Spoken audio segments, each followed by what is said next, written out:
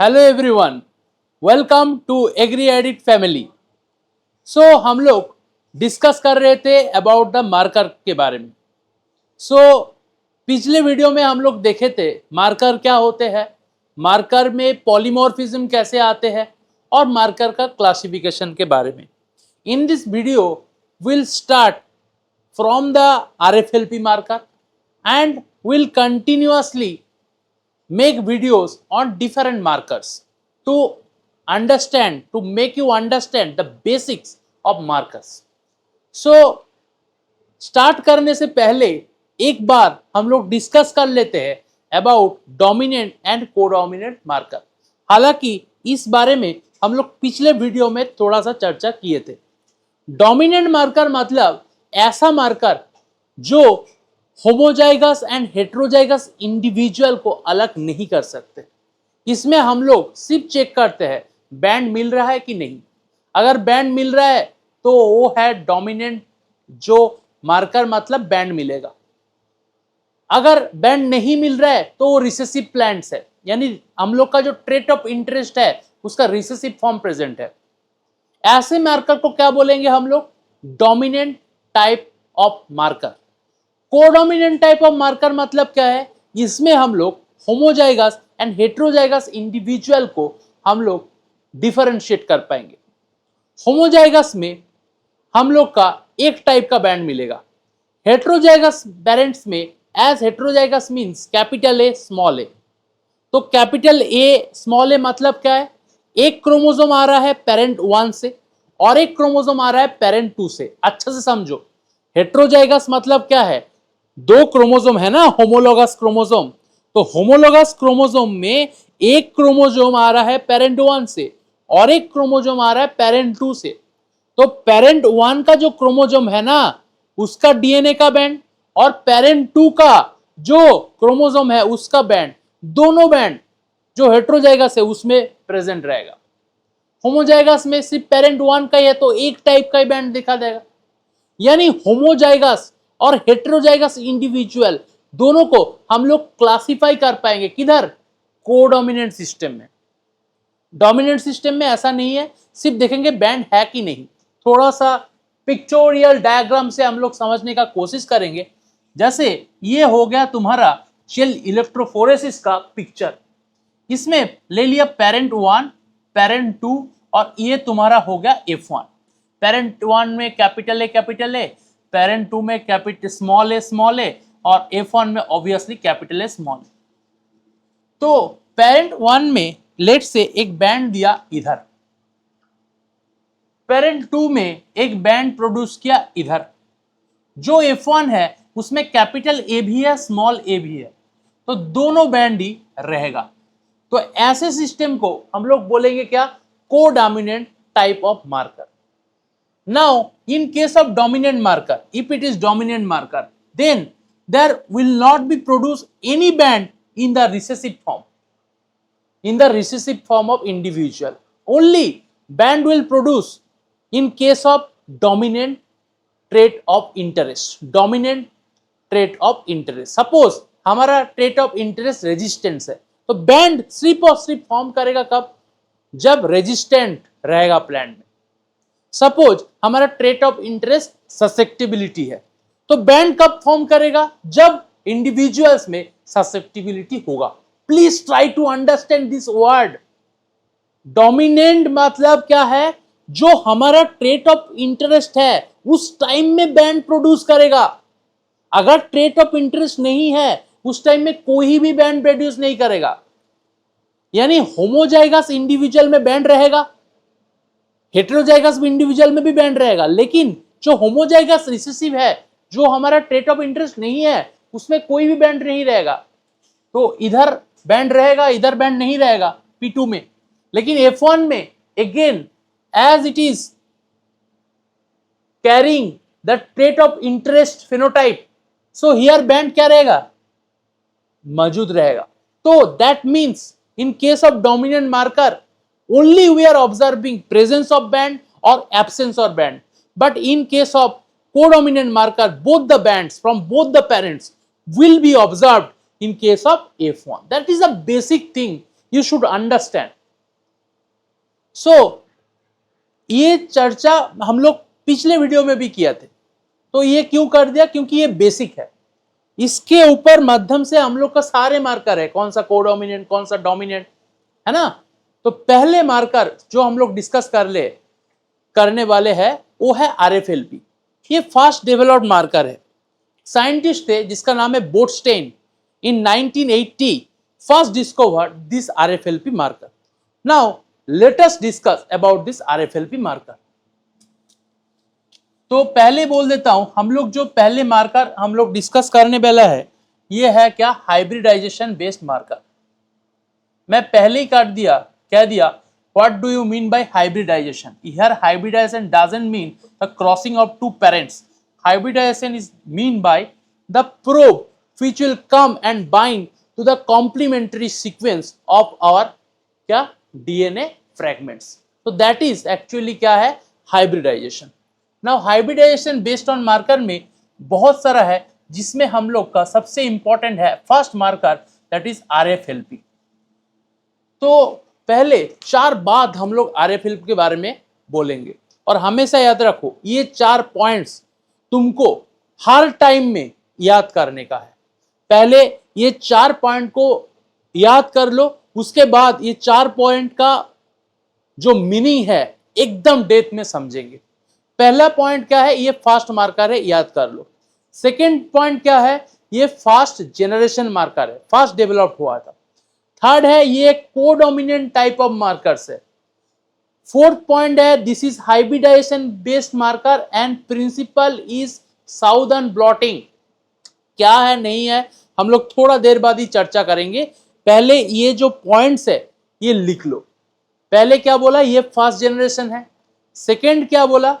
This actually क्या है? हम लोग को फर्स्ट डिस्कवर्ड मार्कर है। कौन डिस्कवर किया था? बोटस्टेन। कब? 1980 में। थर्ड है ये कोडोमिनेंट टाइप ऑफ मार्कर है। एंड फोर्थ पॉइंट इज क्या है? ये जो RFLP है ये नॉन पीसीआर, कोई भी पीसीआर नहीं होगा, इसमें इस्तेमाल ही नहीं होगा RFLP। ठीक है, तो ये पॉइंट्स हम लोग को दिमाग में रखते हुए हम लोग देखेंगे कैसे करते।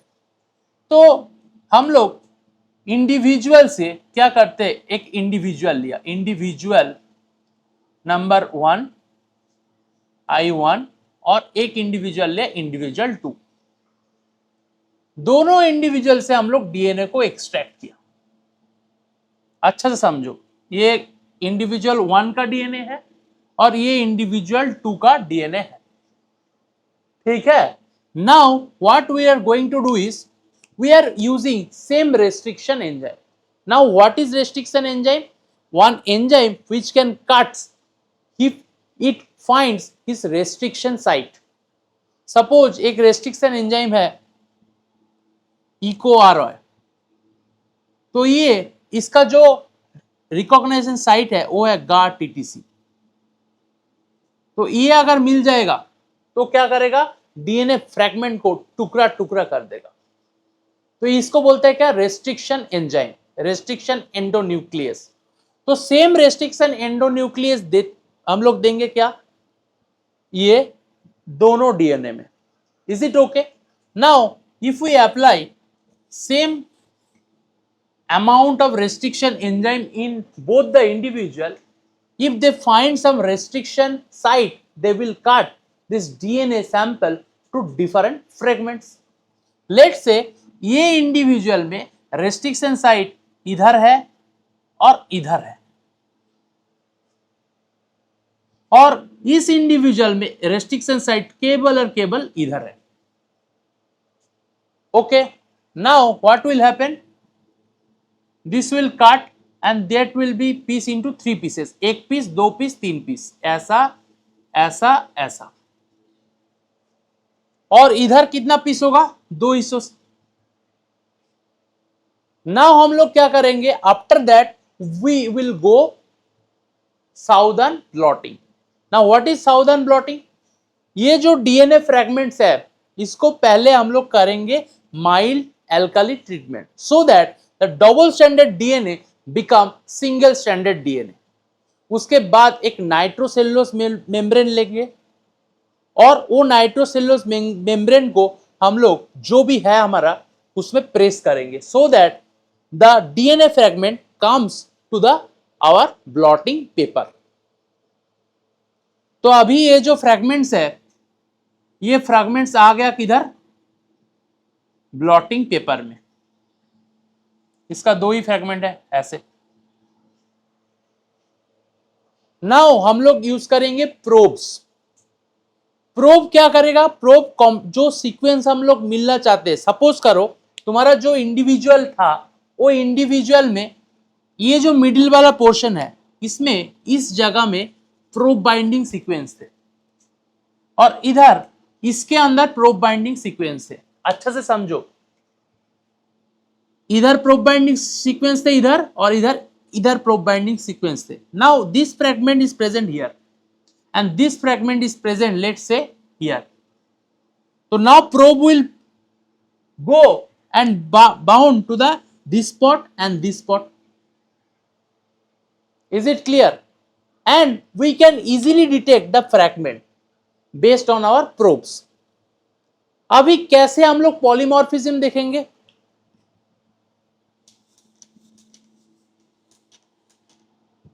इसमें एक इंडिविजुअल में फ्रैगमेंट आया ये 3 फ्रैगमेंट, इसमें फ्रैगमेंट आया 2 फ्रैगमेंट, लेकिन प्रोब ये फ्रैगमेंट को और ये फ्रैगमेंट को डिटेक्ट किया। So this fragment are differentiated because of their length, because they are differentiate because of their restriction site present in the same DNA sequence. Both individual जो हम लोग लिए थे वो सेम स्पीसीज का थे, लेकिन because of some evolutionary reason, mutation, they have altered their sequence, by that way they lost their restriction site. And इसकी वजह से क्या हुआ, एक डीएनए सीक्वेंस 3 बार कटा because they have 2 restriction sites, और सेम डीएनए सीक्वेंस उसमें एक ही रेस्ट्रिक्शन साइट था, इसीलिए 2 हिस्सों में कटा। तो क्या आया, लेंथ का polymorphisms. So by that way we are differentiating 2 individual based on length polymorphism. तो इसीलिए जो आरएफएलपी है यानी रेस्ट्रिक्शन फ्रैगमेंट लेंथ पॉलीमॉर्फिज्म जो है वो क्या है, इसका नाम से पता चल रहा है, लेंथ से ये क्या है, पॉलीमॉर्फिक हो रहा है। तो what is the steps in the RFLP, पहले हम लोग डीएनए को क्या करेंगे, एक्सट्रैक्ट करेंगे, उसके बाद हम लोग क्या करेंगे, उसमें रेस्ट्रिक्शन एंडोन्यूक्लियस अप्लाई करेंगे सेम। नेक्स्ट हम लोग क्या करेंगे, उसको ब्लॉटिंग करेंगे, ब्लॉटिंग करने के बाद प्रोब डालेंगे। प्रोब क्या करेगा, एक पर्टिकुलर जो सीक्वेंस है, लेंथ है, उसको आइडेंटिफाई करेगा and based on the restriction site, ठीक है, लेंथ में क्या होगा, डेफिनेटली पॉलीमॉर्फिज्म दिखा देगा। तो by that way we can differentiate among 2 individuals. And now we will discuss how this RFLP is a codominant marker. Now let's say parent 1 में capital है और पेरेंट 2 में स्मॉल है, और जो F1 दिया वो है कैपिटल ए स्मॉल है, और F2 में आएगा कैपिटल ए स्मॉल है। तो जो कैपिटल है उसका अगर हम लोग थोड़ा चर्चा करेंगे तो बैंड आएगा, लेट्स से कैपिटल को एक पिक्चर में ही देखते हैं, एक पिक्चर में हम लोग देखते हैं, है ना। ये P1 का लेट्स से ये था डीएनए सीक्वेंस और स्मॉल ए का ये सीक्वेंस था। नाउ कैपिटल में रेस्ट्रिक्शन साइट ये था और ये था, और प्रोब बाइंडिंग साइट बीच में लेट्स से इधर था। अच्छा से समझो, लेकिन स्मॉल ए सेम लेंथ का ही है, लेकिन रेस्ट्रिक्शन साइट इधर सिर्फ इसका है, इधर ही है। इधर वाला जो रेस्ट्रिक्शन साइट है वो इधर चला गया है बिकॉज ऑफ सम म्यूटेशन। जो गा टीटीसी था, इंस्टेड ऑफ GA TTC, जो बीच में जो ए था वो सपोज टी हो गया बिकॉज ऑफ सम सब्स्टिट्यूशंस। तो रेस्ट्रिक्शन एंजाइम गया ना, तो और कट कर सकता है क्या इको R1? नहीं कट कर सकता है, इसलिए एक ही बचा है। तो ये कितना फ्रैगमेंट प्रोड्यूस करेगा? 3 फ्रैगमेंट प्रोड्यूस करेगा, 1 2 3। ये कितना फ्रैगमेंट? सिर्फ 2 ही करेगा। प्रोब बाइंडिंग साइट किधर है? दोनों में सेम जगह में होगा, इधर। तो ये अगर जेल कितना फ्रैगमेंट करेगा? 3 फ्रैगमेंट करेगा। ये हो गया, ये हो गया, ये हो गया। लेकिन बीच वाला जो फ्रैगमेंट है उधर क्या है? प्रोब बाइंडिंग सीक्वेंस है, तो इधर आके क्या होगा? प्रोब अटैच हो जाएगा। तो लेंथ के कारण में 2 अलग अलग बैंड प्रोड्यूस होगा। नाउ ये क्या है? P2। F1 में क्या है? कोडोमिनेंट मार्कर में बोला, यानी F1 में दोनों ही बैंड क्या रहेगा? प्रेजेंस रहेगा, क्योंकि F1 में कैपिटल A भी है और स्मॉल a भी है। यानी क्यों 2 बैंड प्रेजेंट रह रहे हैं? क्योंकि 2 जो होमोलोगस क्रोमोसोम है, किसका? F1 का। 2 होमोलोगस क्रोमोसोम है, एक कैपिटल A है जो पेरेंट P1 से आया है और पेरेंट P2 से आया है क्या? Small a। दोनों में लेंथ का वेरिएशन आ रहा है, and that variation is because of their restriction site, and that is none other than restriction fragment length polymorphism. तो ये हुआ रेस्ट्रिक्शन फ्रैगमेंट लेंथ पॉलीमॉर्फिज्म और RFLP। ये एक कोडोमिनेंट मार्कर है, लेकिन as we are not doing PCR यानी amplification नहीं कर रहे, तो एक high amount of quality DNA molecule चाहिए इस टोटल प्रोसीड्यूर को करने के लिए, क्योंकि हम लोग PCR नहीं कर रहे, जो हर टाइम में मिलना बहुत मुश्किल होता है। तो इसीलिए इसका क्या है ना, थोड़ा सा डिमेरिट और लिमिटेशन रहता है। और सेकेंड चीज ये है, इसका रिप्रोड्यूसिबिलिटी हर टाइम में सेम नहीं होता है, रिप्रोड्यूसिबिलिटी बहुत लो होता है। तो ये क्या है? इसका डिमेरिट हो गया। That's all about RFLP, and it is good enough because it is codominant in nature. It can differentiate between dominant and between homozygous plant and heterozygous plant. Next ये हो गया क्या? Hybridization based marker without PCR involved. Next हम लोग थोड़ा सा PCR के बारे में चर्चा करेंगे।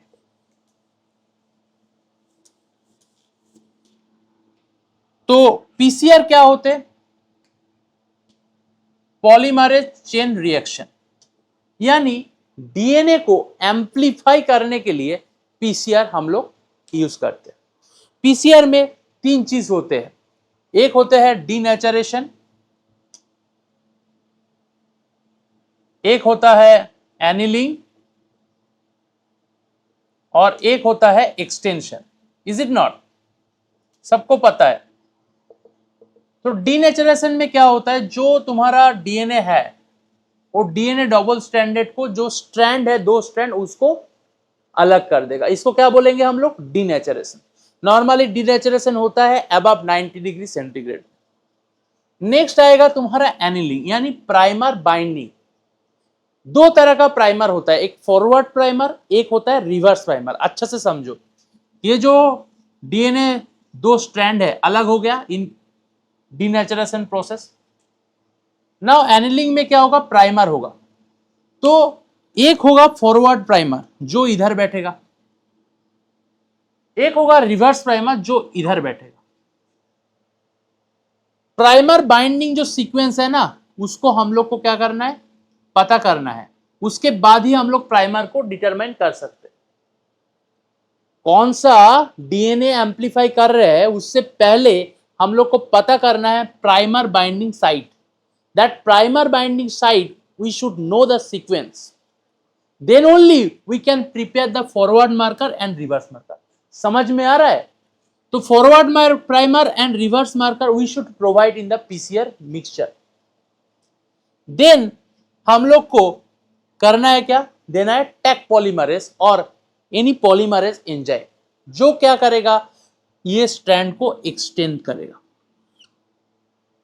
और ये साइकिल चलता रहेगा, और इसको बोलेगा एक्सटेंशन। जो अभी टैक पॉलीमरेज दे के हम लोग एक्सटेंड किया ना, तो इसको बोलेगा क्या? Taq polymerase. और ये साइकिल जो है PCR साइकिल, ये क्या होगा? बार बार रिपीट होगा, एंड बाय दैट वे क्या होगा? ना डीएनए जो हम लोग का स्मॉल अमाउंट था, अभी थोड़ा क्वांटिटी ज्यादा हो जाएगा, एम्प्लीफिकेशन होगा। That's all about PCR. So इधर एक इंपॉर्टेंट इंटरेस्टिंग चीज है, एनीलिंग टेम्परेचर। तो और एक है प्राइमर लेंथ। अच्छा से समझो दो चीज, क्या बोला? एक बोला एनीलिंग टेम्परेचर और एक बोला क्या? Primer length. अच्छा से समझो, एनीलिंग टेम्परेचर क्या होते हैं? एनीलिंग टेम्परेचर का एक फॉर्मूला होते हैं 4 इंटू जी प्लस सी प्लस 2 इंटू ए प्लस टी। डीएनए में जितना जी सी ए टी हो तो पता है, प्राइमर में जो प्राइमर तुम अटैच करने वाले हैं वो प्राइमर यानी जो डीएनए सेगमेंट्स है ना, सिंगल स्ट्रैंडेड डीएनए सेगमेंट्स, उसमें तुमको पता है जी सी ए टी कितना कितना है, क्योंकि मैं पहले ही बोल दिया forward primer and reverse primer का तुम्हारा सीक्वेंस पता है ना। तो जो तुम्हारा ये वैल्यू आएगा, ये वैल्यू से ये होता है एनीलिंग टेम्परेचर का वैल्यू। तो ये एनीलिंग टेम्परेचर क्या करते हैं, ये होता है टीएम वैल्यू। टीएम मतलब ऐसा टेम्परेचर जिस टेम्परेचर में प्राइमर डीएनए से मेल्ट हो जाएगा, यानी जोड़ने मतलब जोड़ा था वो अगेन इधर आ जाएगा। तो जनरली टीएम टेम्परेचर से थोड़ा सा कम होता है क्या? Annealing temperature. समझ में आया? तो जो टीएम टेम्परेचर है उसका फॉर्मूला ये है, तो इससे थोड़ा सा कम क्या होगा? Annealing temperature. तो एनीलिंग टेम्परेचर क्यों कम होगा? क्योंकि अगर उससे ज्यादा होगा तो प्राइमर अटैच ही नहीं हो पाएगा, थोड़ा सा कम करना है। तो एनीलिंग टेम्परेचर अगर ज्यादा ही कम हो गया तो प्राइमर इधर उधर जोड़ सकता है, अगर थोड़ा सा कम होगा तो परफेक्टली अटैच होगा। समझ में आ रहा है ना इस पॉइंट को? एनीलिंग टेम्परेचर अगर टीएम से थोड़ा सा 1-2 डिग्री कम है तो क्या होगा? ठीक ठाक जगह में अटैच होगा, गलत होगा तो तुरंत निकल जाएगा। अगर बहुत 5-6 डिग्री 5 से 10 डिग्री कम है टीएम से एनीलिंग टेम्परेचर, तब क्या होगा? Primer can bind anywhere because once it binds it can not melts, क्योंकि कम है टेम्परेचर, है ना। तो एनीलिंग टेम्परेचर इसीलिए आइडियल पीसीआर में 1-2 डिग्री सेंटीग्रेड कम होता है। ये आराम से अच्छा से समझ लो, ठीक है। नेक्स्ट क्या बोला? Primer length. अगर प्राइमर लेंथ बड़ा है तो बहुत बड़ा है तो मुश्किल हो जाएगा, वो बाइंड ही नहीं हो पाएगा, क्योंकि उसमें म्यूटेशन होने का प्रोबेबिलिटी रहेगा उस सीक्वेंस में, तो बाइंड ही नहीं हो पाएगा। अगर बहुत छोटा है तो इधर उधर बाइंड कर सकता है। एक नॉर्मल सीक्वेंस होता है जो 18 to 24 बेस पेयर का होता है, वो क्या होता है? परफेक्ट प्राइमर बोलते हैं इसको, जो एकदम ठीक ठाक जगह में आके अटैच हो जाएगा जो सीक्वेंस को हम लोग एम्पलीफाई करना चाहते हैं, है ना। अगर प्राइमर लेंथ छोटा है तो इधर उधर बैठेगा, उसको बोलेगा रैंडम प्राइमर। अगर 10 बीपी का 10 बेस पेयर का अगर प्राइमर यूज करेंगे, अगर बहुत ज्यादा 25, 26, 30 बेस पेयर का अगर प्राइमर हम लोग यूज कर रहे हैं तो वो प्राइमर बैठेगा ही नहीं, क्योंकि जो सीक्वेंस कैरेक्टराइज करके हम लोग फॉरवर्ड और रिवर्स प्राइमर हम लोग डेवलप किया है, हो सकता है उस पर्टिकुलर लेंथ में कोई म्यूटेशन आ गया तो बाइंड ही नहीं करेगा भाई, तो कैसे होगा पीसीआर? तो इसीलिए दो terminologies much more important, one is annealing temperature and primer, and by that way denaturation, annealing and extraction, by these 3 methods we can amplify our DNA, ठीक है। और ये पीसीआर को देखते हुए, पीसीआर को बेस्ड करके बहुत सारा मार्कर है, जैसे हो गया आरएपीडी, जैसे हो गया AFLP, SSR, ISSR, STS, SCAR, etcetera etcetera. So in the next video we'll discuss about PCR based marker. तब तक पढ़ाई करते रहे, all the very best. And again मैं बोल रहा हूं हमारा जो ऑनलाइन क्लासेस है वो स्टार्ट हो रहा है, और जो 2024 का जो बैचेस था वो ऑलरेडी अवेलेबल है कोर्सेस में, वो आप लोग देख सकते हो। और लाइव क्लास शुरू होने वाला है तो आप लोग जितना जल्दी हो सकता है जोड़ जाओ, क्योंकि लाइव क्लास जितना आप मिस करोगे उतना लैग करोगे सिलेबस में। अभी से अगर स्टार्ट कर दोगे पढ़ाई तो बहुत अच्छे से आपका प्रिपरेशन होगा। Thank you so much. पढ़ाई करते रहे, मिलते हैं नेक्स्ट वीडियो में। Bye bye.